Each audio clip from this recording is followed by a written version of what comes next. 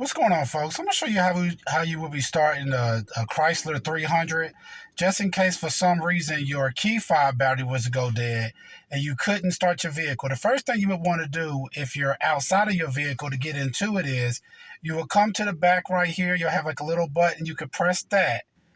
And when you press that, you'll have a key that comes out that you'll be able to use to actually open up your door in your vehicle. Next thing you're going to want to do is take your Key FOB itself right here. You want to hold your brake pedal down like you normally would when you're starting your vehicle. And once you hold that down, you want to take your Key FOB itself and press it against your push start. Just like that, pretty much.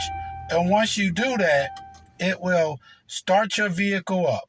Once again, this is how you would be starting your Chrysler 300 from about a 2011 to about a 2023, just in case for some reason your Key FOB battery itself was to go dead. All right, please check out our other helpful videos. Please like, subscribe, and share. Thanks.